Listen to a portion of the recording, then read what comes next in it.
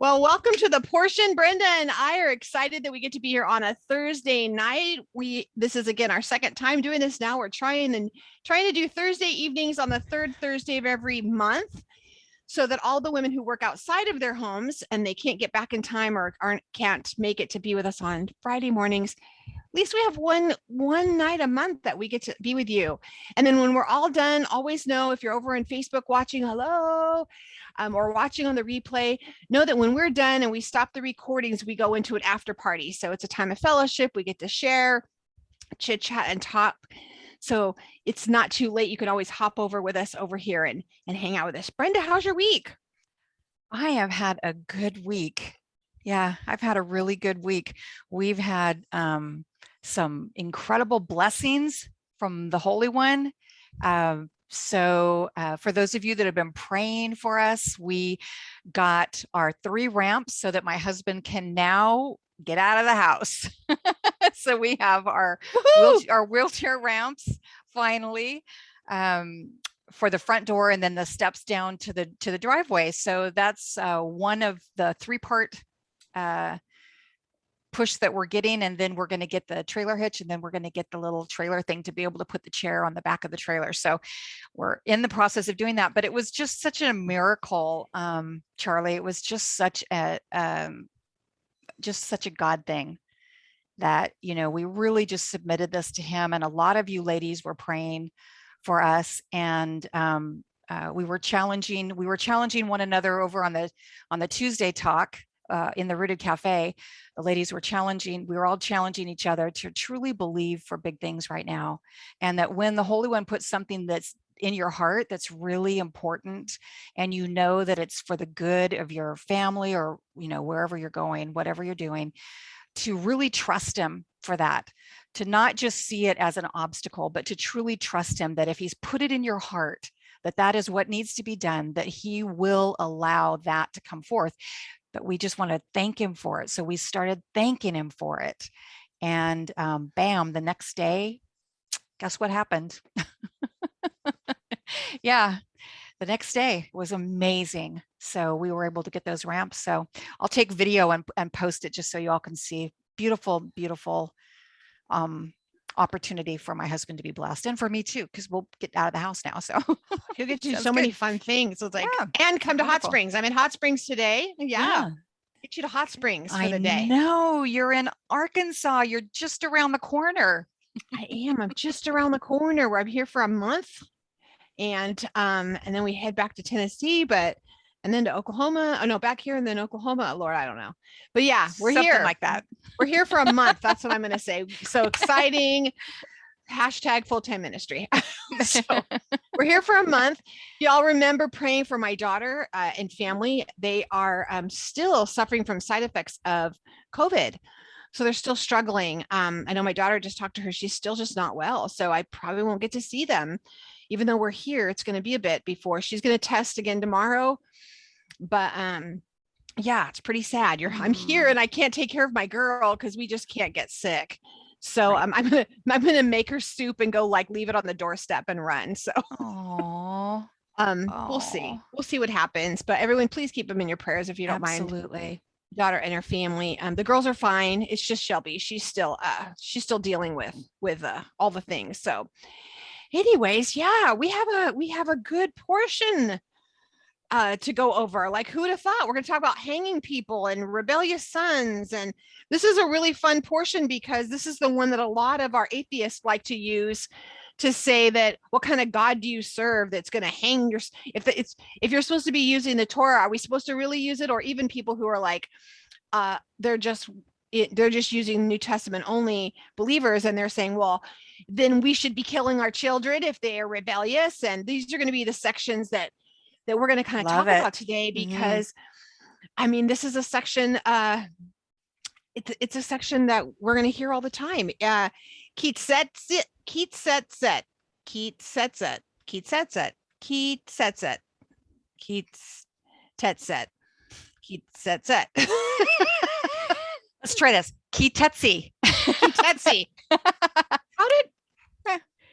how did I like write that? Ki Have no idea. It's all good. It's lots of T's and lots of Z's in there. Lots and lots of Tetze. T's. It's so funny. I wrote it phonetically out for myself. It looks like nothing like Ki Tetze, and I don't know what I wrote. And I was also writing the other day when I was driving. So not me driving, but Randy was driving. And I was like going over bridges and like, that's so better God to only know. knows. So super fun when you go out, when you go out. out, when you go out. And it's interesting because we're going to start a section. We're going to have Ki Tetze, then we have Ki Tavo, then we have, which is when you come home. So when you go out, you're going to find some stuff. And then when you come home, Ki Tavo, you come back home, we're going to talk about some. And then we have Nitzvaim. Nitzvaim is next after that. It's that you have to stand in it for a while. So you're going to go out, then when you come home, and then when you come back, you're going to have to stand with it and decide, what do I do with this, right? So this is kind of what we're going to be talking about, how we're going to, and Brenda, I had written a note in my Bible from a while back that this really portion is about walking the 10 words. It really is. It seriously is walking the 10 words. It seriously is how we live in community, Charlie. I mean, every single one of these verses and these sections in this Torah portion are challenging us to, are you going to be honorable? Are you going to be merciful? Are you going to be respectful? Even when you're angry, even when you think you have rights, even when it is inconvenient, are you going to be helpful? Even when it puts you out? I mean, really, this is truly, truly, truly a great way in this month of Elul for us to do a whole lot of introspection and to be taking inventory, don't you think? Absolutely. And I think this is a portion too, we find out God will give us things we want sometimes to show us what we need. Yeah. We'll see it happening when they wanted a king. Yeah. So they gave him Saul. It's what they wanted, but they realized what they really needed. And then they get David, right? What they really needed was an anointing. We're going to see that. I mean, right off the bat. Yeah. If you go out and you go to war and you bring home the women, and you can't just bring home and get married to them and just, there's a process that has to go through. Yeah. Isn't it beautiful? It sounds silly to say that. It's beautiful. No, it really is beautiful. Go. No, it's beautiful because it's a protection. Seriously, a protection. And it's really saying, I mean, where have we been noticing in the last few Torah portions? And I was actually just reading in Judges about Samson. What are we noticing about what happens when we see something with our eyes and we start lusting after it, and then we throw all caution to the wind and we just go after it? Like, this is what we want. I'm going to go get this. It brings destruction. Yes. Whenever we feed this beast within us and we don't, we're not, well, you and I are going to talk about that double lamed, double lesh. when we're just allowing our beast nature to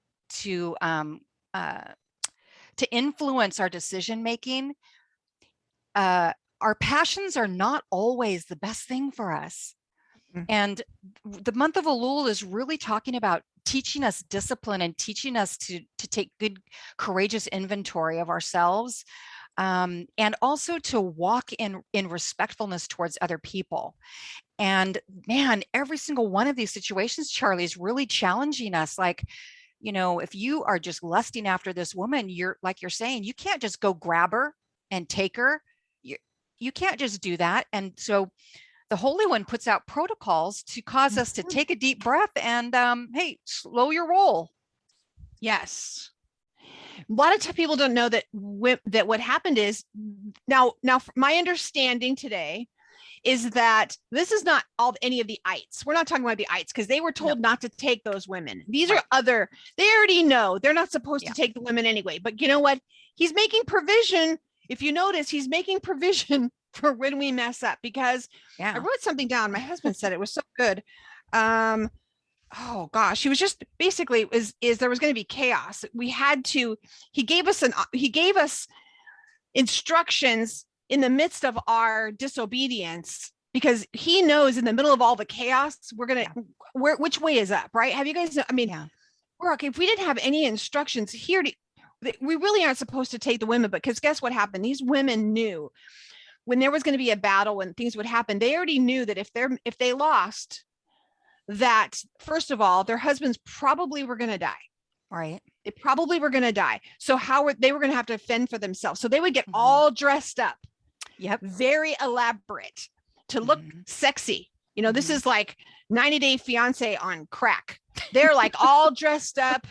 They're trying to attract all the men because they need it. They're hoping that they'll be picked as part of the spoils, right? Right. That they'll be taken. But then when they get back to the camp, so that they would first of all, they would be protected, even if they didn't know they needed to be. They would be protected by given a 30-day cool down period.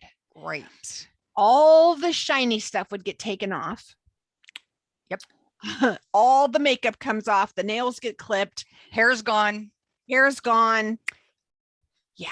Yeah. And now they get 30 days to mourn their families. So they're probably got puffy eyes from crying, everything that's happened in their lives. They get 30 days. And then if you still want her, then okay. But if not, they weren't allowed to sell her to somebody. They weren't allowed to just treat her any old way. She was allowed to go where she wanted to go. She was given the choice of what she wanted to do at the end of that time. And I was thinking I've seen a picture. It might have been TikTok. I'm gonna be honest. I think that's where I saw it. And there's a girl and she has like no teeth. And she looks like an addict. She looks horrible and like just stringy hair looking. She goes through in 30 whatever seconds those TikToks are. She puts teeth in, she does makeup. I mean, of course, she's doing like this woohoo, and then all of a sudden she has makeup and woohoo. All of a sudden she has some hair extensions put in. She is gorgeous, gorgeous, gorgeous, gorgeous. Of course, she's got like shapewear. You know, we can be deceiving.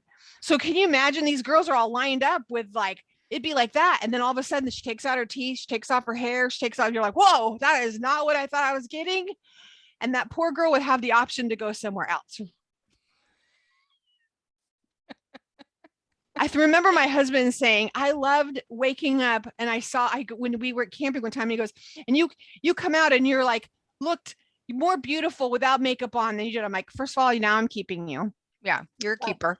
It was refreshing, you know, because I mean, in these days, you don't even know if it's going to be a woman. Let's be honest. I'm not kidding.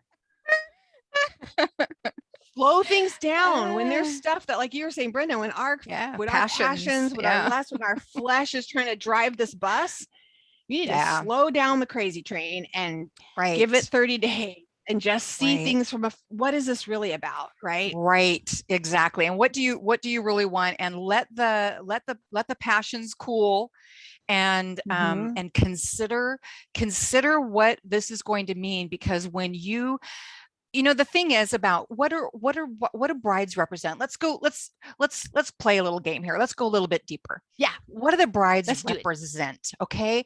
So think about what the bride is supposed to do. The bride is supposed to be captivated by the groom, right? She's supposed to be captivated. She's supposed to be able to look at him and go, man, you are going to take care of me. Everything is going to work out great. You're going to be that covering over me. This is wonderful. But if she's been taken from a war situation where there's trauma and death, obviously, even if it wasn't her husband who died or her parents who died, there was death all around her. They were in a war situation. And so there's trauma involved. So the Holy One's saying, let's allow that trauma to process. Let's allow the grieving to process. And then let the bride be captivated, because she had a choice in the matter too. So here we go. You know, like, we want to be prepared as a bride. So let's play that game. You know what I mean? Like, let's think about that. So what if this guy rides in, sees that you are devastated, you have no home, but he just sees something about you. He sees a kindness about you or something in your grief. And he takes you into his home and he says, you can come and be with us. I'll take you. I will care for you. I will take comfort for you. Well, those 30 days, she's not going to trust him. But in those 30 days, what if in those 30 days, she was able to see the real him? She was able to Yeah. actually see who he was and actually Yes. watch how he walked it out, because these men were being required by Torah to walk faithfully, to walk righteously, to do things the right way. They were being challenged every day to do the right thing because they were the people of God, Yes. Yes. and they were supposed to be different. They were supposed to be changing the world by their behavior, right? Right. Exactly. So, Exactly. So she gets to, Brenda, it's kind of, we skip over. I'm just going to, because I think this is kind of goes with this. We skip over and we think something as insignificant as don't yoke your donkey up with an ox. well, This is a totally same thing as when we it's the talk about being same unequally yoked. thing. I've always Yes. grown up thinking this is about your beliefs. It's not just about your beliefs. Mhm. There's a lot of No. things that come into play. And I mean, I remember I had this Right. conversation with my daughter, but one of the things that I didn't, which I believe is the difference between we have a pace issue and who can a carrying capacity. So if you have a donkey, a little donkey, Pepito, up with an ox, you have the power of an ox, and this and little donkey. Of course, it can carry things, but it's someone's gonna break a neck or a Yeah. heart. Someone's Yeah. heart or neck is gonna get broken in That's this. right. That donkey will kill itself trying to keep up. Right now, if you're married to someone already, this does not pertain to you. So tell this to someone not married. But if you're thinking about this, is why it's so important that you are equally yoked with this person. You are not outpacing them spiritually, because it will be a struggle. Everyone and woman who's married right now and they're going through that, they'll all say, I want you to say yes, amen. Sister, Yeah. wait. Right in the comments, Yes. sister, wait for him. Wait Sister, for wait him. for him. Because as much as you think you want someone, your flesh is, because love covers a multitude of sins, so does lust, but in the wrong way. Yep. Lust covers things that you should be looking at, and you're like, can't see the forest for the trees because Right. it's so right. So if Right. you have this things, I always think you have, first of all, the religion, right? To make sure that you are equally yoked in this, that Right. your pace is Right. equal. You have the same Right. desires. You have the same, right? Even some things is, and this makes up your cultures. And Mhm. it doesn't necessarily mean ethnicities, but it might be. It might be that your cultures don't line up, that you're with someone who they're very indoctrinated in their culture, and you come into it and you're going to have to let go of your culture and take on their culture, or vice versa. So Yeah. it does matter. It doesn't, and it's one of the hardest things you're going to ever do. So if you have your culture lined up, if you have your spiritual beliefs are lined up, you have your discipline, how you discipline children are lined up. That's going to be a big thing, right, Brian? I mean, Right. if one of you are Absolutely. a little bit stronger on and the other one's like, oh, just give him a timeout, y'all are going to fight. I mean, there's things that are got to line up so that you can pull this load equally. And it Yeah. really matters. So I Exactly. think it's important that you sit down and say, what are the things that are important to me, so that I make sure we line this up rightly so we can pull this Yeah. cart. Exactly. And Charlie, you were talking about the ox and the donkey, and it's the same with, why does the Holy One tell us things like don't mix fabrics? Why does he tell us things like that? Because you were talking about this recently, because linen has a different frequency than wool, and the frequencies don't coordinate well. Is that correct?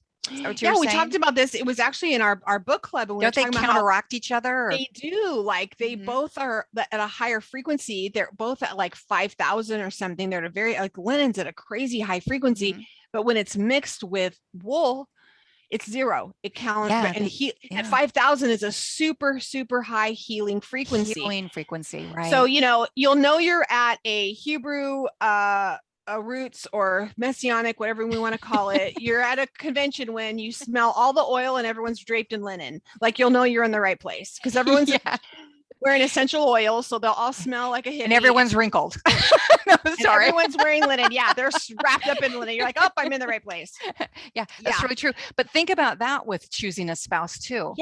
What's Yes. your frequency? Yes. What's his frequency? Are your frequencies coexisting and increasing each other? Yes. You have work Are you doing ethics. that, or are you counteracting each other? Yeah, is he lazy and you're like a go-getter, like you're spinning all around like a crazy person, and then he's just laying there doing nothing, and you're like, really?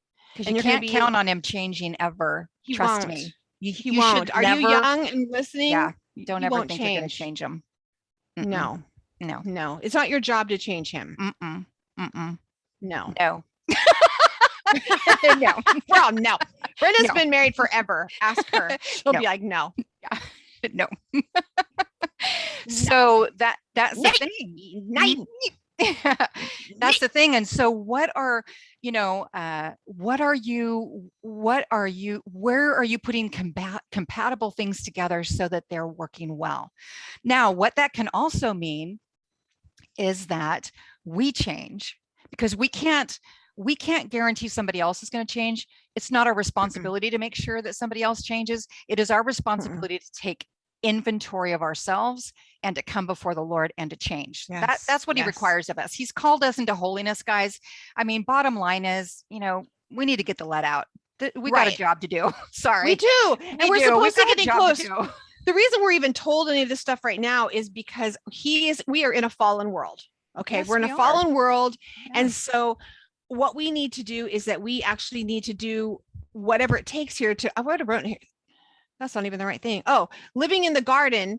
None of this would have apply. None of this would apply to us if we all had stayed in the garden. So because we're not in the garden anymore, how do we live in a fallen world and not do more damage than we've already done? Like, that's what we're at with this. How do we do more damage? We don't want to do more damage. Right. So how do we not do more damage? And how do we treat other people? So basically this is just going to come down to how we're treating other people. How do we treat, I mean, the Holy One is so good. He even talks about how we treat animals. Why? Yes. Because your character shows through by the way that you treat animals, because they are God's creature too. How do you treat the earth? The creation is his design, and it is alive, and it's made with the same stuff that we're made with. So if we mistreat the creation, it reflects us. It reflects what is in our heart. Yeah. Right. So it even says in here, I love this. It even says in here, you know what? If a mother bird's sitting on her nest, don't you dare kill her with her sitting on that nest. You don't do that. You don't do that. You separate that. Yes, I've even gotten to the place where I know this is silly, but I don't know why I've gotten like convicted that even if there's like a bug in my house, and we were talking about this this weekend with Elisa, if there's like a fly, I try to shoo it out, or I try to grab it and put it outside to work where it's supposed to be, not in my house. If I can, if at all possible. And there's even studies showing on vibrations on trees. Like they were showing if you pick a tree lovingly and take it off, that you can do an EKG on a tree, and it goes into this like a faint, like kind of like an animal does before it's kosherly butchered. If you hold it, it'll at first, and then it'll kind of go into a little faint, and then it's like a piece. It goes into a place of shalom, and then it can be killed. The same thing happens with a tree. With an you could do an EKG on a tree, and that when you take the tree, it'll actually go into a faint, because there's actually some pain in removing that. Man. So they feel the thing. So I was thinking, imagine when they put those machines and they shake the tree all over to get all the stuff off it. I'm like, I'm sorry, Father. I'm going to be just really mindful of everything now. Yeah. I know it's silly. We're so far. I mean, this is off the track. So, but we're so far from where we're supposed to be, right? Oh yeah. Yeah. I try not to even kill flies on Shabbat. I will be honest with you though. Sometimes I do. My husband. I live in Texas. Sorry, guys. Yeah, but yeah, you got bugs and stuff. You know what? I mean, all of that stuff. Go outside. Go outside. Live your life. Enjoy your Shabbat. You come in here tomorrow, you're mine. That's that. It's like, be done with you. But today you get a pass. But yes. But I did kill a fly on Shabbat. My husband said, "Did you just kill a fly?" And I went, "Oh yeah, I did. Sorry, it was in my tea." I'm like, "No, it has to die now. It drank my tea. Sorry." No. We hop on to the next thing. We're talking about rebellious son. And this is the thing we talk about. This is flies anymore? No more flies. Yeah. I underline on here. If he doesn't listen, if you talk to your kid, if he does, by the way, there is no known record of this ever happening. No. Guys, never. It never did, never will. And I have the quote here if you want me to read that, Charlie. Yes, please. I did read that quote here. Well, you go ahead and keep talking and I'll find it. It's in here somewhere. Well, I like that the process. There's such a long process, first of all, because this is a rebellious son, and we're thinking this is a son that's not only has they I wrote a lifestyle on here because they're glutton and they're drunken. Right. And that really just tells you there's this, I think, the party kid, right? This is the kid that is in rebellion, and then and he refuses no matter what we do. We see the prodigal son as another example of the rebellious son. He goes off, he's rebellious, but what happens? He comes back and he repents. Right. So that's the difference. The difference is just the story about if you're put, this kid never repents, and even they would have had to gone through the court, right? Hebrew court. This kid they would have brought him to a Hebrew court, and they would have been found guilty, and then they would have been stoned. He would have had to not been repentant in front of this court to say, nope, still going to do what I'm going to do. I don't care about all of you. I'm doing my own thing. And unfortunately, then it would have got no known record of this ever happening. No. Yeah. Nothing. Never. Yeah. Yeah. Did you find it? Yeah. It was talking about, it says here, and I'm checking the rabbinical sources because I was very curious about this because I thought, what the heck? What the what? What the what? It says that the death penalty imposed on a youngster is not because of the gravity of any sin that he actually performed, but because his behavior makes it clear that he will degenerate into a monstrous human being. And then it gives the Hebrew and explains in the Hebrew, we don't catch it in English, but it explains it in the Hebrew. Let him die while he is still innocent, and let him not die when he is guilty of capital crimes. That's what they're saying. There's many detailed requirements. No, I was just what you said. I want to say on that is you think about this kid would grow up to be a man who would be, or he's still a man at this point, a rebellious son. We're not talking like a little kid. We're talking about old enough to, but he would grown up, he would marry, then he'd be a horrible husband, a horrible father, and he would just show this same behavior. It would just replicate. This is a grace thing as well. And what happens really can you imagine now if this was truly like, if we taught our children, this is what's going to happen if you go to this point, if this was taught, we would never have to get to this point either, because our children would be taught about rebellion. It's the whole thing about how horrible rebellion is. Yes, it really is. So let me just read this real quick from the rabbinical source. It says, so many detailed requirements are derived exegetically, I think if I said that right, from this passage, that it is virtually impossible for such a case ever to occur. Indeed, the sages state that there never was and never will be a capital case involving such a son. And then it quotes it here, 71a. If so, many commentators contend the passage must be understood as an implied primer for parents on how to inculcate values into their children. For example, the sages teach that the boy's father and mother must have similar voices so that they don't contradict one another and what they expect of themselves and their children for consistency in successful child rearing. Anyway, it just goes on and on and on, but it's basically saying there's no way that along with this law, this regulation, there were so many extensions of it. There had to be so many things met within it that it would never actually happen. However, it's written so that the child has a deterrent and the parents have a deterrent, because guess who's in trouble? The parents, right? So so basically what it's doing is setting a standard for the parents to rear their children in such a way that they demand honorability from the child. And then there's also that, there's an escape for them, but you would definitely take them to the elders. You would be dropping them off. I would have been dropped off. I would have been dropped off. I don't know if I would have been I don't know if I lived. I mean, just eye rolls alone. I don't even know as a teenager. I think that our children, like even now, I remember noticing a change with my sister raising her kids, and all of a sudden, oh, he's Yeah. just being cute. And he was like Mhm. running around kicking us or kicking my parents, or like it was almost encouraged as a 3-year-old for him to be funny. He was being funny instead of Yeah. him being taught then how to be respectful. And I could just tell a big difference Mhm. in how we're raised, right? And then it just Yeah. kept getting less and less. It's like, oh, let them be individuals, and Yeah. whatever. I don't know. Just seems like we've gotten Right. worse. Right. And then what happens with that is that we end up raising a generation of children that don't understand consequences and don't understand. And hey, look, we're not saying this about any of you. So please just, this is generalizations, but this is how a society is run. That's why every society has laws. That's why Right. every society has, they have curfews, they have ages that they allow children. They have to be a certain age before they can buy cigarettes, before they can buy alcohol, because they're helping the parents say, we're going to support you on this. Basically, that's what it's supposed to be doing. Don't speed. Why? It's against the law. Well, why? Because if you're speeding, you're not going to have good control over your car.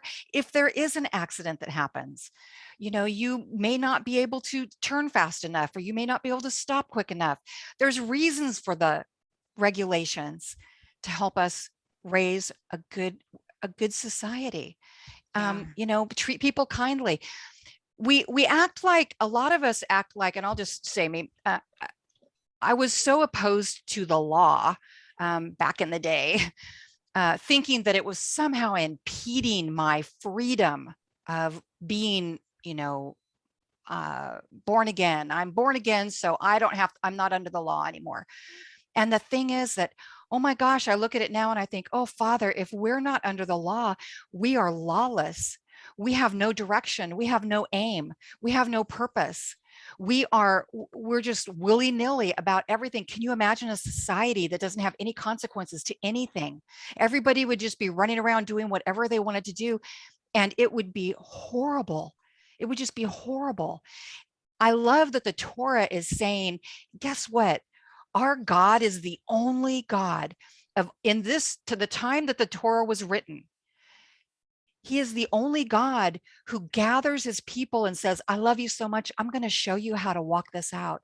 I'm going to set boundaries and limitations for you so that you have a good society, so that you have a good community, so that you can love one another, so that your children can be safe. And then the word says, and this is our God. How great is our God that he's the one that did this. Not only did he rescue us, but then he gave us all of these beautiful instructions and lines of limitations and demarcations to help us walk in a way that we will be able to raise children that have beautiful lives, that have honorability, that are merciful, and they're being trained up that way. You guys, this is why we love him so much. He's so good. And this is our Torah portion this week. It's like, it's crazy. It kind of hits a little bit of everything. Be kind to animals, I be mean, nice to really, right? foreigners. Yeah. If you're, if somebody that you don't like, even if their ox falls into the thing and you're on your way to a Shabbat meeting, guess what you get to do?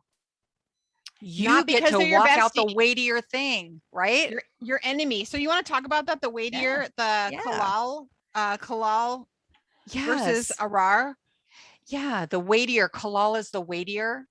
Yeah. And Charlie and I were talking about this earlier. I The don't kalal have, is to make light of something. Actually, it's the oh, light okay. in So importance, and the arar is the utter curse. It's the worst curse. It's it's something the, that's weightier. So the kalal would be like a curse that's something that you make light of, or you put it in low regard. mhm. It's light in importance. It's even if you are making something light in importance, that you're going to be limited. Remember the words limited, not curse. We've Yeah. talked about this. Right. Reduced, Yeah. compressed, put down. Right. Yeah. So that's the case. And it's that word kalal is it's a kaf, a lamed, and a lamed. So it's saying that you're having two different kinds of teachings that's guiding you. The lamed, remember, is a teaching, right, Brenda? So Right. it's being Right. guided by two different teachings, which we've done. Like we're like, well, maybe it's a double-minded man is unstable in all his ways. And a home, And a husband and home. wife not being in unity, teaching opposites. What does that do? It causes Yeah. disunity with the children, right? And light and importance. What are your friends seeing? Are your Right. friends seeing you well, you do some of the Torah but not all of the Torah, you do some things but not all the things. So then what happens is they don't really maybe your family, because I know that Linda Milla is on here. I think Yeah. she's a great example of this. Her children watched her walk out, maybe walk out in consistency, which caused unity in her family, which caused healing and great amazing things to happen in her family. I know many of you have gone through this. As you walk things out, there's people watching you. Maybe it's your spouse, maybe if your children like, well, now what are you doing, uh and they see you walk this out Yeah. consistently walking it out. You're Yeah. not going after two different teachings. You're not got one toe in and one toe out. What happens is you're not taken lightly. Yeah. You can then be taken heavier. There's a heavier weight to that. That's really good. I like how you put that, Charlie. Yeah, I like that. And in the Hebrew, if you have two letters next to each other, that is, if you have double letters, there's a potential for conflict. So whenever you're looking at a Hebrew word, if you have two letters that are right next to each other, pay attention. It's really cool because remember that in Hebrew, the letters tell a story, and whatever they're next to increases the story. It expands the story, right? So Charlie is saying if you have two lameds next to each other, you're talking about maybe the possibility, doesn't necessarily mean that it is, but there's a possibility that in that situation that there's going to be a conflict. And then you Yes. were talking about the other word, and it has two reshes. Yes, And that's you have the arar. that's Yes. the head. So there's two different ways of thinking that can really be conflicting if the thinking isn't in alignment. Yes. And so if our thinking isn't in alignment with his thinking, because his ways are higher than our ways, we will have that conflict. If your partner with you, or even your children or your friends, whoever, if you're thinking and they're thinking are not in alignment, there's going to be a conflict there. So it's just And you really have your two interesting. you have your two heads on that too. And this, it's an Two utter heads. curse. The arar is an utter Mhm. curse. It's the Yeah, worst curse. It's yeah. because You're you thinking. are you're having a rule, a power, or something's Mhm. ruling and Yeah, empowering over you. Not just yeah, even, it's just something is what is ruling you. yeah. And you need to sit. This is the time we're in them. This is the time when we get to sit back and we get to say, what is it that's ruling me? What, Father, what teachings am I following, trying to follow two different kinds of teachings? And I need to, Father, you need to show me where I need to maybe merge, Yes, clean some things up. And you know yes, what's really great? Can I remind you, he told us we didn't take the land all at once. We took it little by yes. little. Right. So he's going to give you things. This year will be one thing. Next year will be, why? Because Yeah, it'd be more than you can handle if you like all of a right, sudden you were like, you'd be in a coma because you'd be trying to right, fix all the things. Give right. yourself some grace this Please, year. please, What one yes. thing, what one enemy am I going to work on this year? Yeah, What am I going to take on this year? You don't have to take on all the enemies at once. I know you no. want to be an overachiever, but I want to give you you listen. I'm Yeah, giving you some grace right here. Just that's need right. one thing. And I was just looking up the Listen word to the for going wisdom. to war. It's laham. It's um the word is actually when you go out to fight. And I took notes too. I was listening to Lisa teach on this. But when it says when you go out to fight, it says when you get on your enemy. It doesn't. It's Yeah, different. It's when you get on top of your enemy. So it's. I was telling them that like when Randy and I went, we were at some battlefields in Kentucky.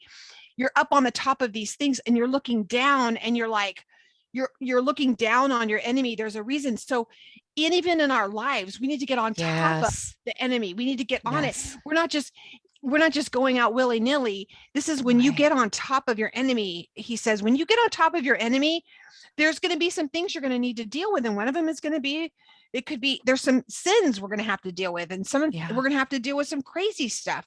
Maybe you've grown dependent on something. It's that you, were this rebellious son. Well, that's not me. I'm not a son. I'm not rebellious. Well, What in your life have you just gotten? Maybe you're not, I'm going to say glutton. Okay, right here. Hi, my name is Charlie. I'm dealing with gluttony.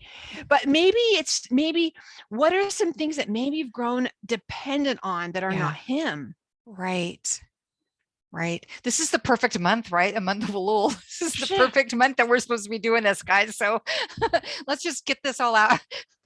Let's just walk through all of these different circumstances here. I mean, there's some of us like might Courageous need, you moral think, inventory. right? You're like, well, I'm not a drunkard. Yeah, but do you need a glass of wine to get through the day? Do you need, what is it? Do you need things like, there is nothing wrong with you. Y'all know I'll have a, I'm not saying anything about drinking. Not at all. Snickers bars for me. But is there something you're like, I can't make it through unless I have this? Then you know I have a dependence on something, and I'm rebelling against something that I need to be depending on. How about him? How about, am I not being in his presence? What am I depending on? Right. And what are we our go, crutches? What are the right, crutches that we're using? But this is like perfect segue, Brenda, right? Because this takes us right into when we have dependence on other things, when we're rebellious and we're holding on. Maybe it's a couple teachings we're not really sure we want to let go. Maybe it's a program I just can't quite give it up, but we know it's not feeding our soul the way it's supposed to. So you'll know what you're rebellious. Ask him. He'll tell you. Yeah. And then what we do, Brenda, is sometimes we go to the extreme, because it says, then what happens is you hang them. You have the guilty person. If you're guilty of a death sentence, which the rebellious son, any kind of a death sentence that required hanging, it said you couldn't leave that body overnight. Oh, I love that. So chapter 21, verse 22, is that where you're at? Yeah. Okay. Perfect. It's suppose a man is guilty of a sin with a death sentence and he's put to death, and you hang him on the tree, and his body is not remain there all night on the tree. Right. Does anyone have hyperlinks popping off in your head? Yeah. Yes. You should have the man who went to take Yeshua down because he couldn't leave him overnight, right? He couldn't leave him through the night. Right. That was because he couldn't. That would have been breaking this law. He couldn't have left him out, right? Yes, yeah. Nicodemus. Thank you, Millie. Perfect. But what happens is if the reason that he can't be is because it was a humiliation to the one who created him, if it's left overnight. Yeah. And it curses the land. It curses the land if you leave someone up overnight, but not to curse the land. Yes. Yeah. Yeah. I wrote notes, leaving a corpse up on the tree. Humiliation is the one who created him. Once justice is done, get over it. Once the justice is done, even in yourself, are you keeping yourself on the tree and not forgiving yourself, not forgiving others, refusing to forgive others? That's leaving them up on that tree and not letting them off the tree, because what you're saying is what he did is not enough. Right. Once the correction has been made, once the price has been paid, I mean, don't leave them up there like a piñata. Right. It isn't. And I think even myself, like, I know I've prayed, I've asked for forgiveness. I know that he's forgiven me, but I leave myself up on the tree and I'm not good enough. I'm not this. And I leave myself up on that tree, just dangling around. And what I'm saying is I'm not enough. And he's like, well, then you're saying I'm not enough. And I had a segue. I did a note over there on Facebook, and I know you know who you are, because I was just going to say that it was already in my notes to say. So I'm not saying this because of what you typed. It was already in my notes because I've been that person. I'm not good enough. If they really know who I was, I could never have a husband like that, or I could never have a friend like that. I could never have a ministry like that. Or we find ourselves flogging ourselves over and over and over. If you saw that movie, The Missionary, did anyone ever see that movie with Robert De Niro? Yeah, remember that? And he puts all the rocks on him, and he climbs up. He has to climb up to pay the penalty for the sin. I related to that because sometimes we feel like just being forgiven is not enough. We need to carry some rocks up a waterfall or something and be flogged, and then we feel like, okay, well, now I've paid the price. Wow. Yeah. Yeah. I wrote big note. You have been resurrected from that. Amen. Let's just pray real quick, Charlie. Come on, let's pray for the ladies. I feel like somebody really, really needed to hear this. Mary Catherine just said, break off the performance issues. Yes. Yes. Thank you, Abba. Thank you, Abba. Yes. Thank you, Father. Thank you, Father. Father, will you just set us free? Set us free from this, Father. Will you just set us free right now? Every one of us, we just come before you and we're just saying, set us free from this, Father. Forgive us for speaking so ill of your precious daughter, ourselves. Forgive us, Father, for not seeing our own value, not because of ourselves, but because of who you say we are.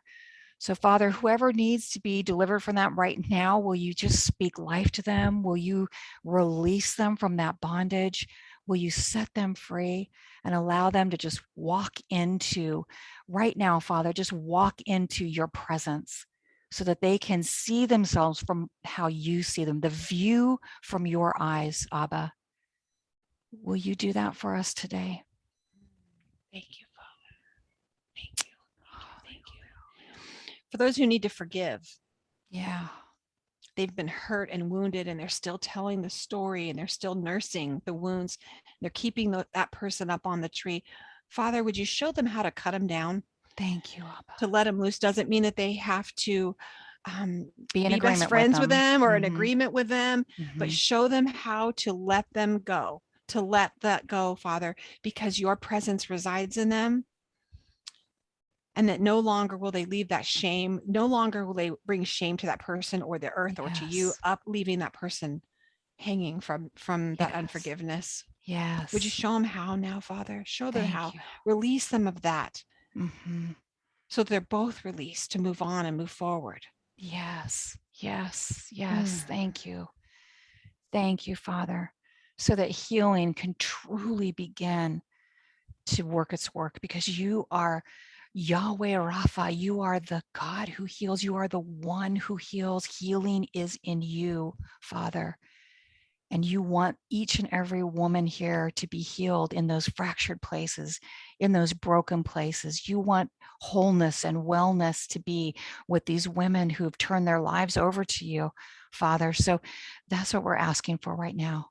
As Charlie prayed, that they would be able to release those that have wounded and hurt them. They can release them into your hands. Turn that over to you, Father. Allow you to be the judge and the jury to all of it, knowing that they can count on you, Father, to truly be their savior, to truly be the one who stands up for them. And as they're releasing the people that have wounded them, that healing will just flow in and fill their hearts and bring together the pieces that have been fractured in them and in their children and in the people in their families, in their home, Lord. Thank you. Hallelujah. Thank you. Father. Thank you. Thank you. Thank you. Amen. Oh, thank you, Charlie. Thank you for that. Thank you for saying that. And thank you for taking the time to just, this is real, ladies. Charlie and I our whole thing is like, come on, guys, we know that there are, we know that there are better teachers. We know that there are people that everybody knows more than us. The more we know we don't know. But being in this community and being in this group here, what we are being called to do and what we're being called to offer you guys is practical everyday life, walking out Torah. And it's going to mean that sometimes we don't know. Well, yeah, rarely, but no. Yes, rarely, but usually we can find it, or we know someone who knows. but we know people. And those people know things. Yes. Yeah. And so what we want to do is really like bring the Torah to you in such a way that you're going to be able to look at it just a little bit differently, so that it's not scary anymore. Yeah. So that every week you're not going, oh my gosh, I didn't understand anything. I read this and I didn't understand anything. That's okay. That's all right. Read it anyway. It's good. Yeah. Read it anyway. Whatever version you have, don't worry about it, because the Spirit of God is bigger than English versions, English translations. Amen. I mean, come on. He's bigger than all of that.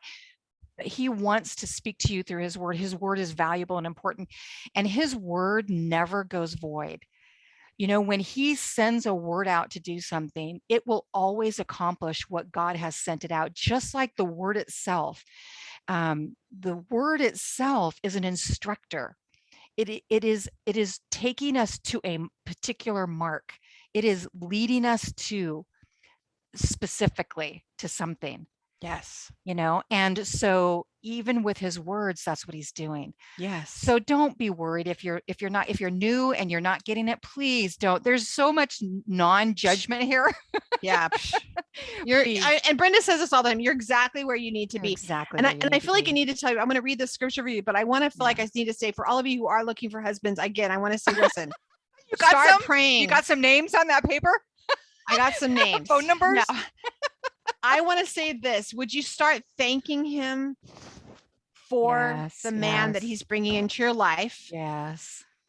And the second thing, thank him that he's changing you and healing the areas so that you're the woman that man's praying for. Yes. Yes. Not that yes, you change and be a yes. different person, but that you're healed, that your Yeah. baggage is unpacked, it is put away, that you for him to start making you the woman that Yes. man is praying for. Yes. So that you can pull the load equally together. So Oh, focus that's on, beautiful. Father, maybe you need to go on a diet. Maybe you need, but let me talk to myself. Maybe you need, I need to go on a diet. I have a husband.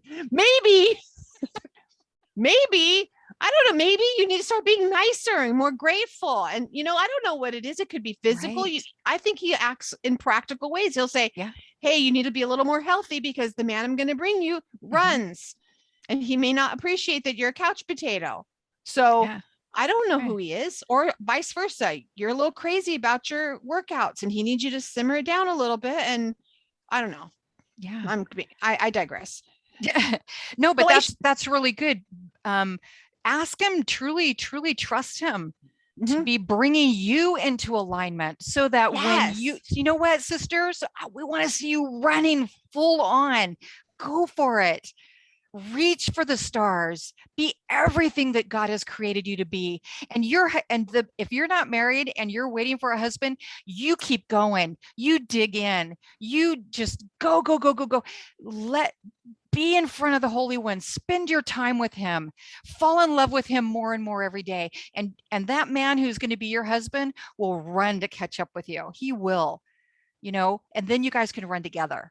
This might be crazy. I'm going to say this, Brenda, and y'all all might fire me. But I feel like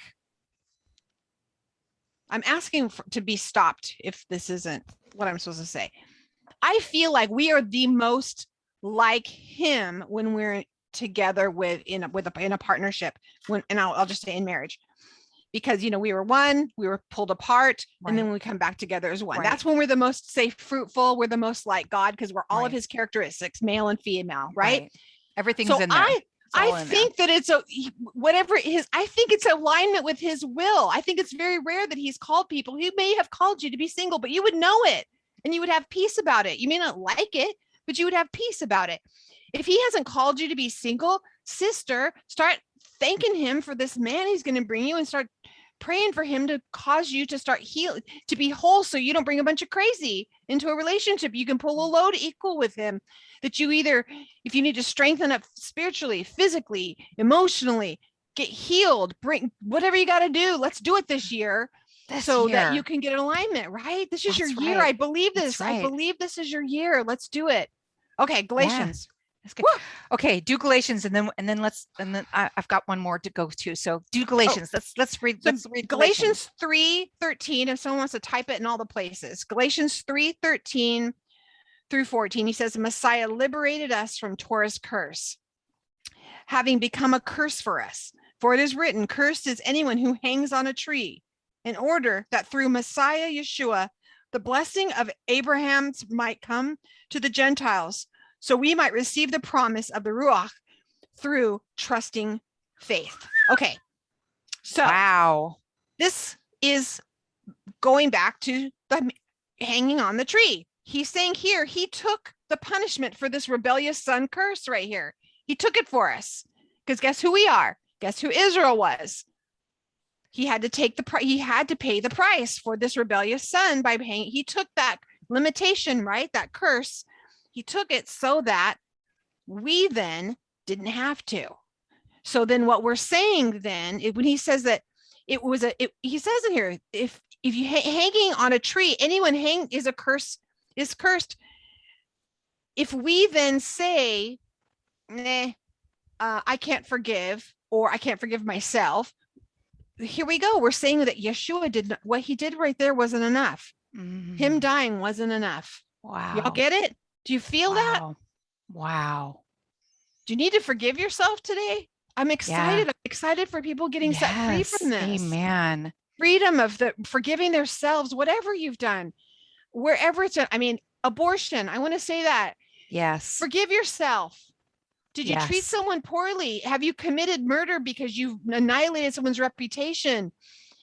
Forgive yourself. Have you caused some kind of a death in something? Forgive yourself. Right. Have Yeah. you committed adultery? Have you somehow you've not lined up with the 10 words where he said, this is who you are, daughter. He's saying today is a new day. It's who you are. Enough. He's forgiven you. I Yeah. just want you to feel the liberty of that today. There is Right. nothing so big, nothing. That's the reason that this is here. There's nothing so big, even the death penalty, that he can't overcome. That's all I got. Oh, that's so beautiful. Amen and amen. There's nothing.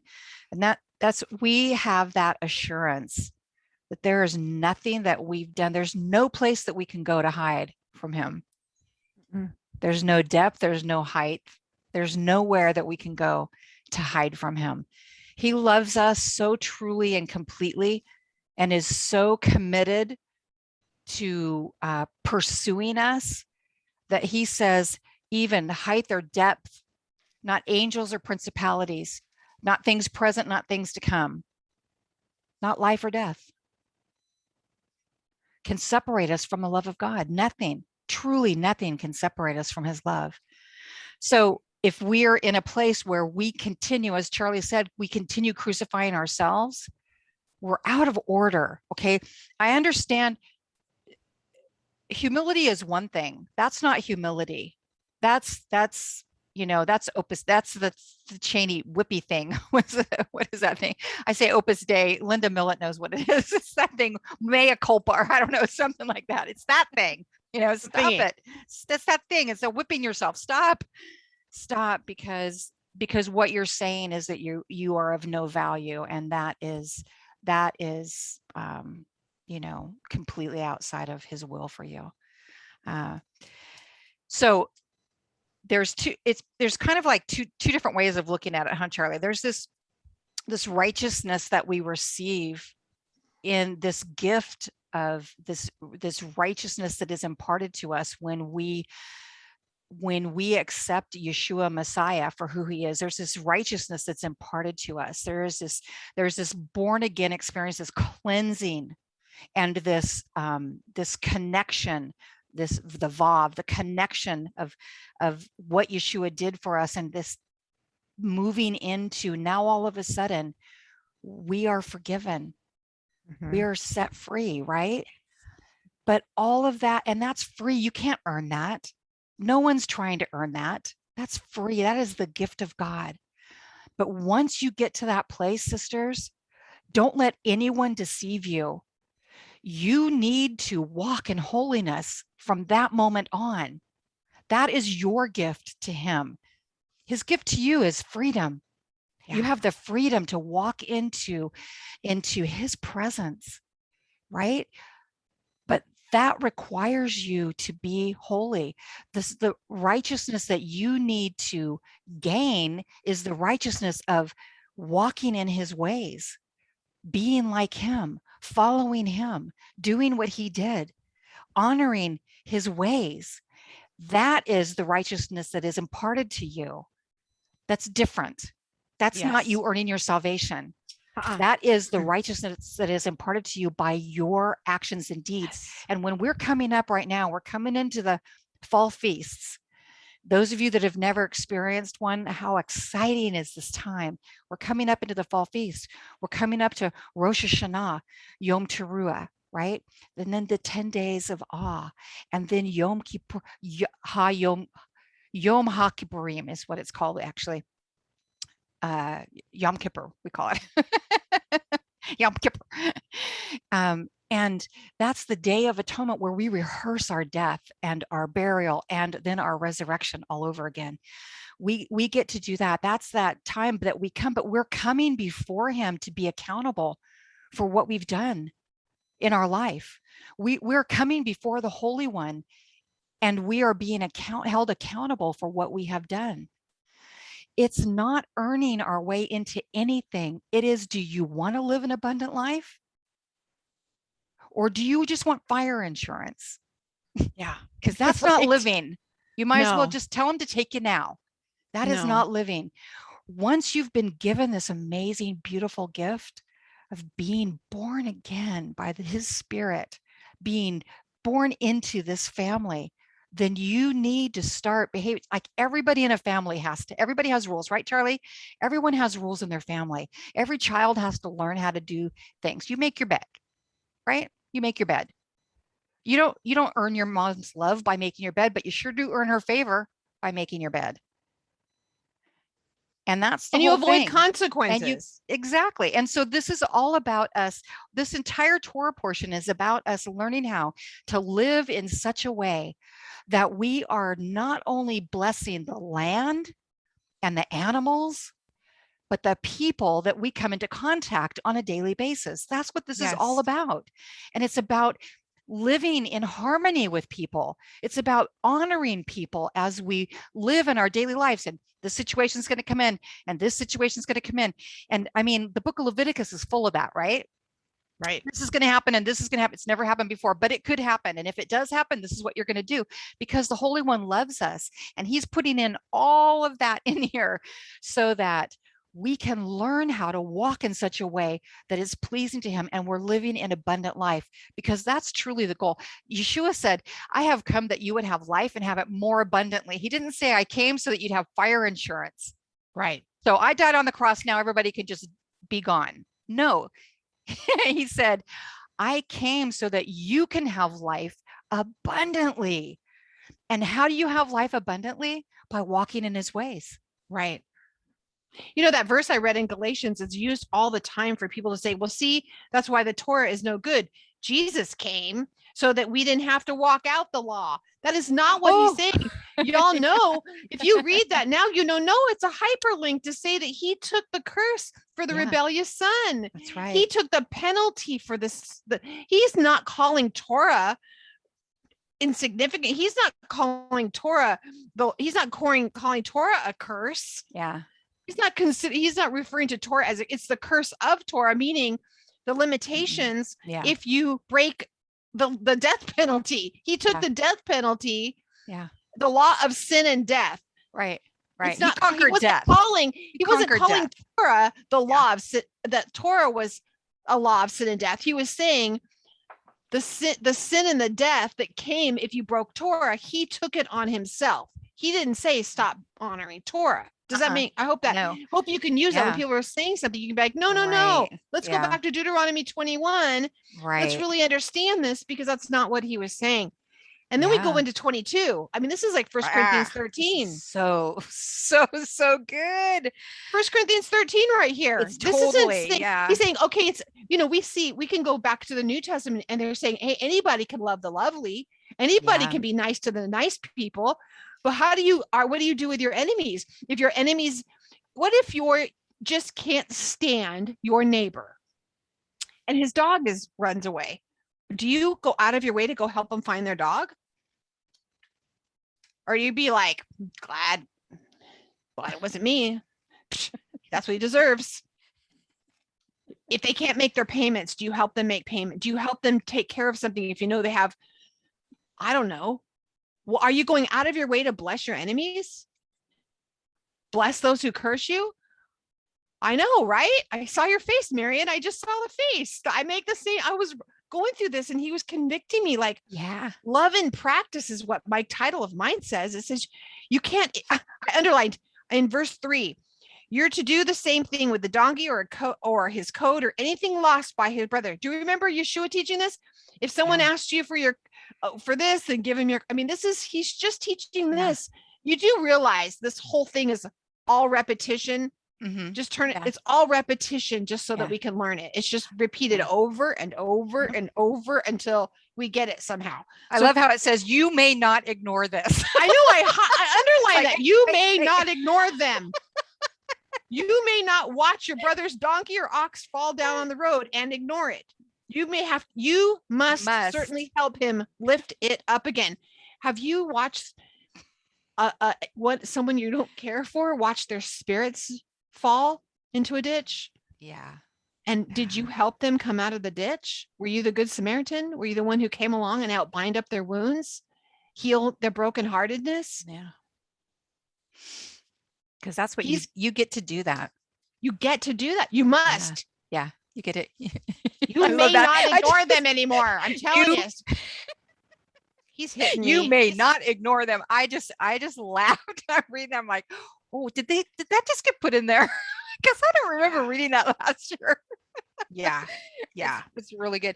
In other words, sorry, it's inconvenient. Yeah. Sorry, it's inconvenient. But see, this is how we have beautiful community, Charlie. This is how we actually get to walk out a beautiful community. And it doesn't matter if the person is a believer or not. It's whoever is put in your sphere, whoever, because we need to be the counterculture here. We need to be doing things differently. And if we're doing things differently, people are going to look and go, what is happening?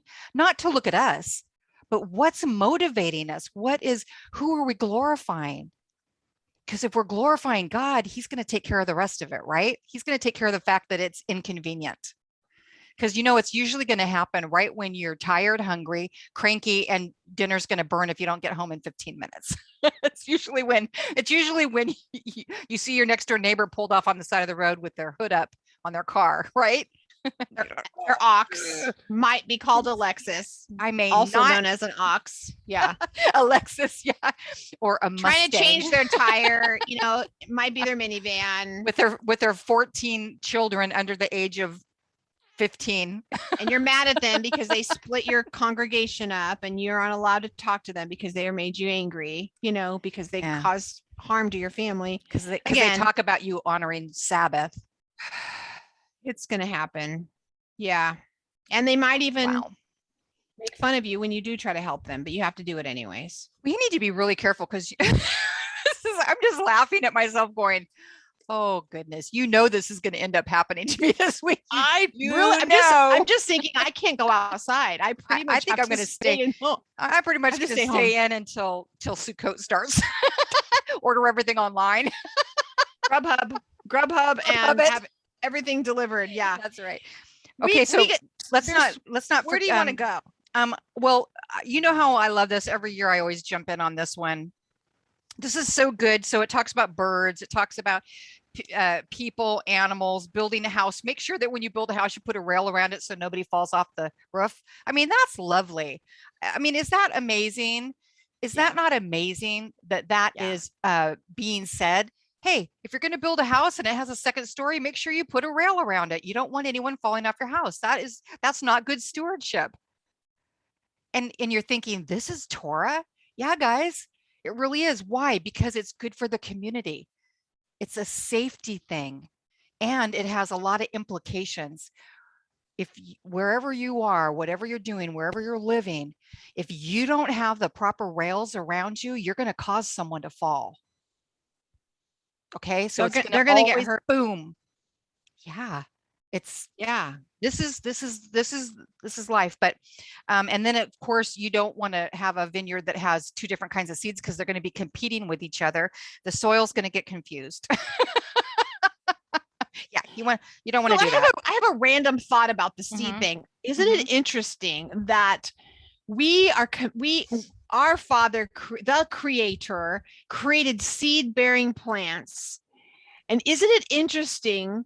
Think about it when you go to the grocery store, how we are now doing the opposite and genetically modifying. You know where I'm going, Sarita? Genetically modifying things to remove the seed. Oh, she's going there. Yep. Not going to say I'm not loving my watermelon without some seed in it, but now I realize I am buying into this culture that's removing seeds. Yes. Okay, I'm not the only one that's been getting convicted about eating seedless watermelon. I I thought pulled I up didn't want to even say anything. cucumbers. I was like, because I've been getting things farm fresh that are non-GMO. Guess what? None all your non-GMO stuff has seeds. Doesn't look as pretty. A little bigger, Yeah, because right. it's not Yeah, modified. We're not modified. And yeah. if we're putting that genetically modification, it has to be modifying our DNA and our cells. It's modifying the things inside of us. Just throw that out there. Do whatever you want Yeah, with that. right, Just thought I'd right. throw that since we're talking about, I don't know what we're talking about And all of anymore. you wonderful people who grow your own gardens, I'm Oh, not gonna pick on anybody, Sombra. I'm not gonna pick on anybody. All of you people who grow your garden, we're so proud of you, and it's so wonderful. And I really truly do love that. I really yes. do.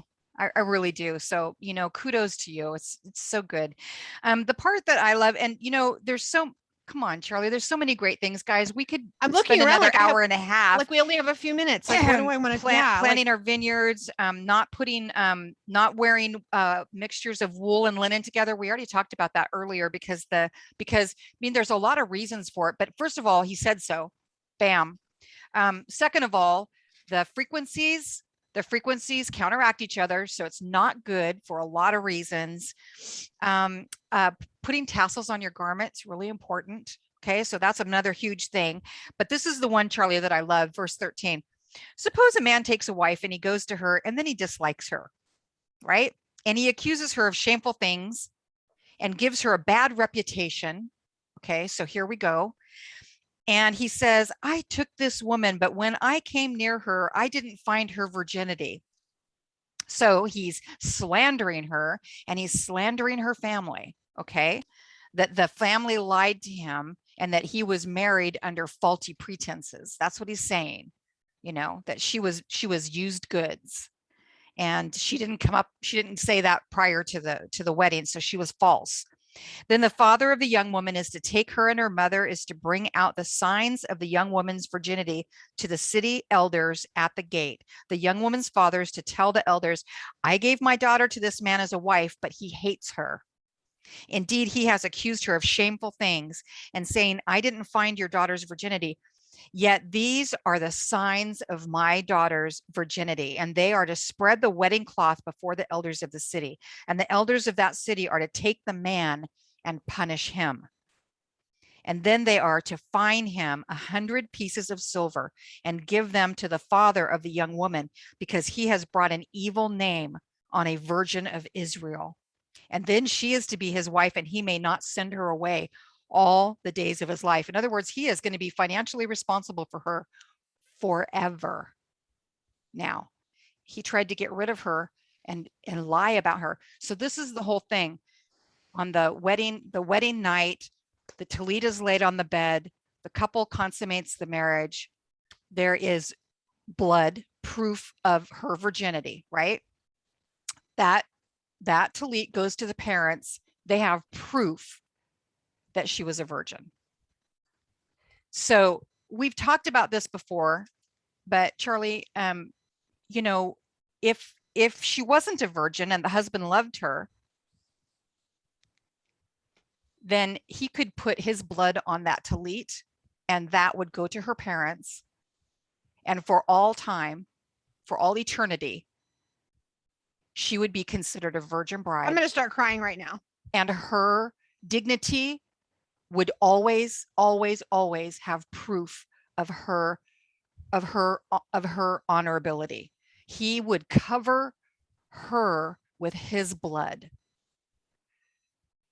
and that blood would be on that tallit that would be spread out for proof that nobody could ever refute. Now remember, we're talking about a time frame prior to DNA testing, okay? So come on, guys, let's just listen to this from the perspective that it's being taught to us, Torah. Forever. If this husband loved her and she was honest with him and told him before their wedding night that she was not a virgin, he could cover her and prove to the world that she was, honoring her. and saving her that way. What did Yeshua do for us? That is what he did for us, because we were not virgins in that sense. We have had other gods. We have not been faithful. And yet he holds up the legal document that says, this is the proof.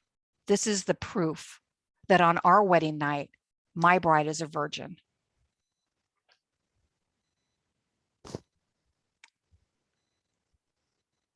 Gospel, Book of Deuteronomy, mic drop. Yeah. Right, Marcia. Exactly. Right, exactly. Romana said, while we were yet sinners, he gave his life for us. Absolutely. He knew the state that we were in. He knew that. He didn't tell us that we had to, that we had to be changed before he would love us. He loved us before. And he said, I've got you. I'm covering you. And there will never be, this penalty will never fall on you. The penalty falls upon him.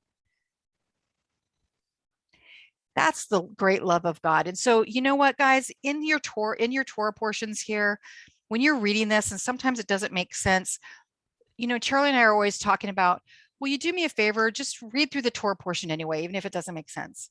Just read through it and ask the Holy One to just give you one sentence like this that will pull you out of the pit and remind you of his mighty, great love. Just one thing in the week. That's all. And you can just read the whole thing and then go back, find just one thing that just grabs you. Because next year it'll be another thing that grabs you. And the next year it'll be another thing that grabs you. But his word is alive and living, and he truly wants to impart this. It's written inside of us so that we can live a life of abundance. We can live a beautiful life where our generations are serving God for generations to come. So anyway, that was just my little thing. I'm just so blessed. I'm just blown away that he did that for us. It's beautiful. I feel like the whole this is such an important portion, because the gospel is in here. So many times we see the gospel in 24 about marriage and divorce. We see, Charlie, him fulfilling the law of the husband. We see that we're talking about the law of the husband here, and we go back about marriage and divorce. This is about protecting the bride, protecting women, so that men don't go around trying a bunch of women on and seeing if they like them or not. Right. Saying, I don't like you. Them. Oh, there's a prettier. Oh, there's someone else. Oh, I like her better. And then we talk about, and then we do have women here who talk about, have brought up multiple marriages, polygamy. And so I'm going to do it right now. Okay. So when it comes up, everyone say, go back and go back to this one, to Ki Tetze, and say, what did Charlie say? And this is our stance. Brenda, back me up. I'm backing you up. Here's our stance at the Rooted Cafe. Yeah. We don't believe that polygamy is not cultural. And if you live in a polygamous society, it's different. Cultural where you live on this planet, because you're hearing this message, and where you live, it's part of your culture. Yeah. Because you live in the jungles or somewhere, and I don't know how you got internet and how you're listening to this. But if that's your culture, that's what you believe, then there's some rules for you in here. Mm-hmm. These rules are not for people. Otherwise, what he's saying that there's going to be a hot mess. If you're living in polygamy, there's going to be a hot mess. We've seen it happen over and over and over. But if that's your culture, and if you do, then here's the rules. You're not allowed to, because you like this one better, you make her son the firstborn. You already have this one is not the firstborn. Yeah. You can't play favorites because you like this one better now. So her son, even though he's not really your firstborn, so if you love this one more than this one, which is going to happen, there's going to be drama. Well, we saw it with Jacob, guys, didn't we? Jacob. Joseph was Jacob's firstborn from Rachel, and Reuben was his firstborn from Leah, but his preference was to Rachel. and his preference was to Joseph. And look at Joseph was the 12th son. And look at all the 11 brothers before him. And what was he, the 12th son? No, he was the 11th son. 11th. That's right. Benjamin was the 12th 12th son. Sorry. Anyone can do cut this. that out? I know anyone Thanks. can do this. Anyway, this job will be available tomorrow. I will be fired. But he was the 11th son, and he was preferred. But what did it do? It caused angst in the ranks of the brothers. There was so much jealousy, and it took so long. And what did it take? It took Joseph being sold into slavery and going into Egypt, and then rising up in Egypt and becoming the viceroy of Egypt in order to save his brothers, for that to even be mended. I mean, Judah and Reuben and Simeon all stepped up. Then, how many years later? Yeah, it's not good. It's not good, because it was out of order. And it caused a lot of division, and it caused a lot of hurt, and it caused a lot of heartache.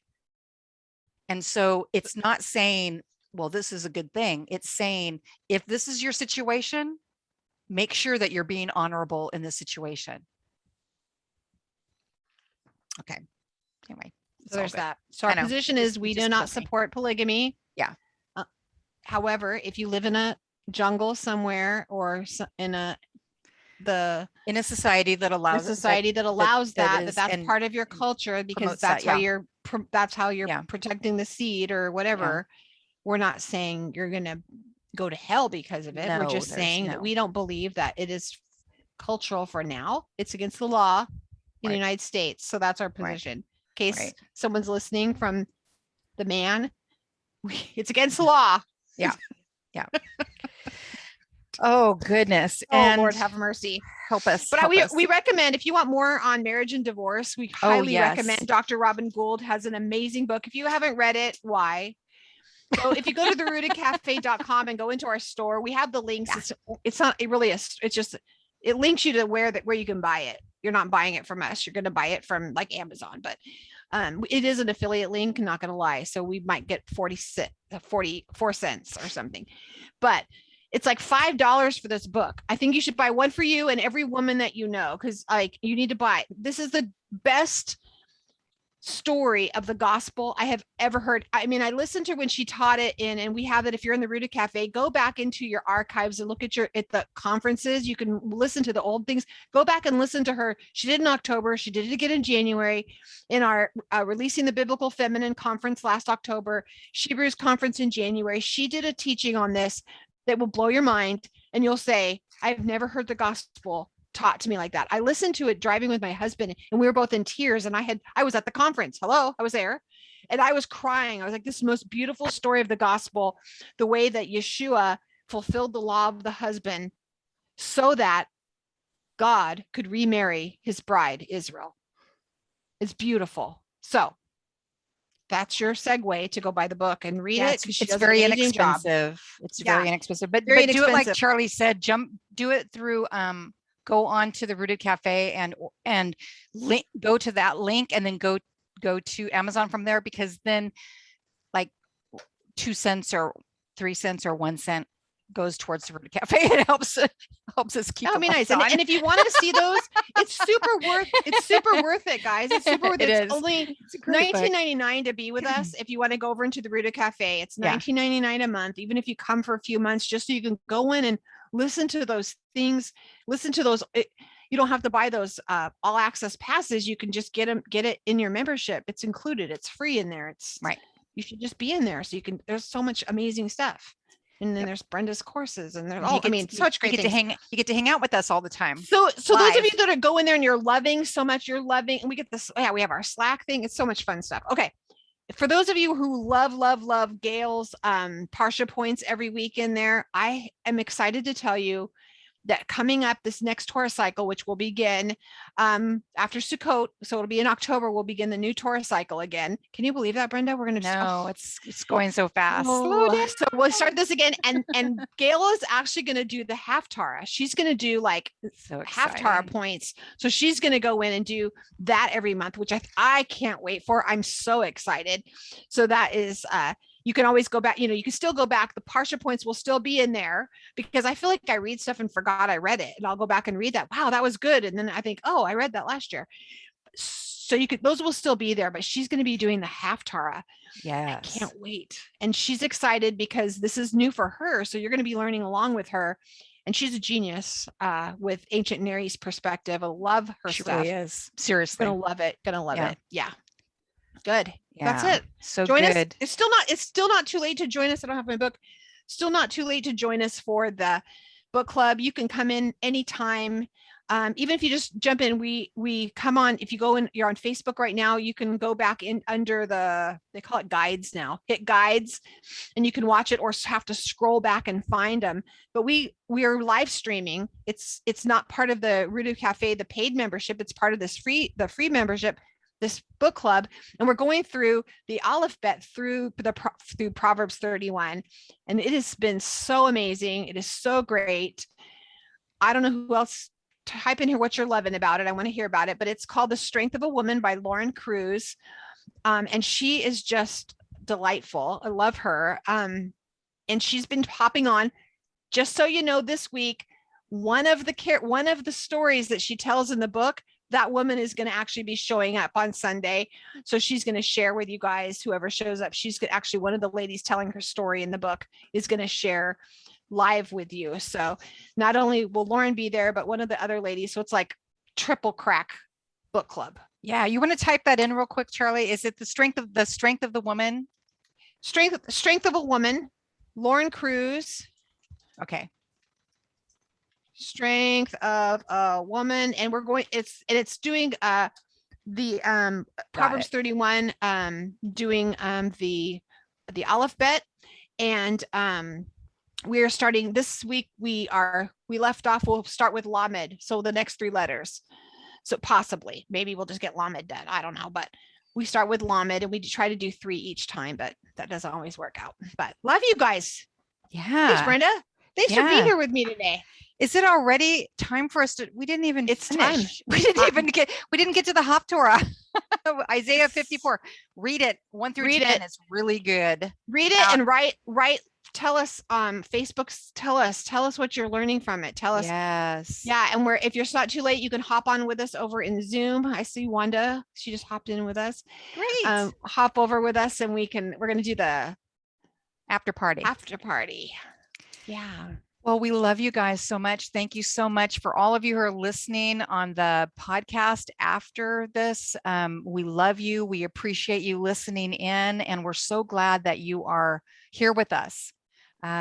This is a great way. The podcasts are a great way for you to be able to listen in your car while you're driving or you're taking a trip. It's wonderful. Yeah. Good stuff. And you can always go, if you want to know, like, how do I listen to that? You go on to therudacafe.com in the store, and you say podcast, you can click on there and it'll tell you how to do all the stuff to listen to that.